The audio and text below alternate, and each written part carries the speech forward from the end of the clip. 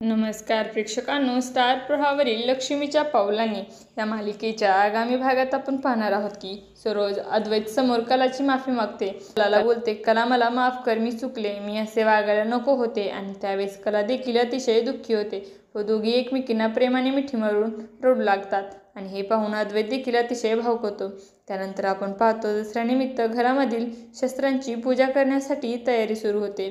तेव्हा रोहिणी ही आपल्या साडीच्या पदरामागील काहीतरी लपून आणते आणि ती स्वतःशीच बोलते, तुम्ही शस्त्राची पूजा करत आहात आणि या शस्त्रापेक्षा माझ्याजवळ असलेले शस्त्र हे देखील अतिशय धारदार आहे. असे बोलून ती कपाट उघडून त्यामध्ये सर्व पेपर्स ठेवते आणि बोलते, हवा हे सर्व प्रॉपर्टीचे पेपर्स आहे, माझ्या हातामध्ये आहेत.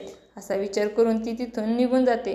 त्यानंतर आपण पाहतो कला ही कागदपत्रापासून दशानंद बनवत असते आणि त्यावेळेस विमल ही सर्व रद्दीचे पेपरावर बरोबर प्रॉपर्टीचे पेपर देखील कलाला नेऊन देते. दशानंद बनवण्यासाठी देते. आणि त्यावेळेस आबा आणि त्या ठिकाणी येतात आणि आबा हे कलाला बोलतात, पुरे तुला दशानंद बनवायचे आहे. दशानंद म्हणजे वाईट प्रवृत्तीचा त्यांचा आपल्याला नाश करायचा आहे आणि हा दशानंद बनवत असताना तुला डोळे मिटायचे आहेत.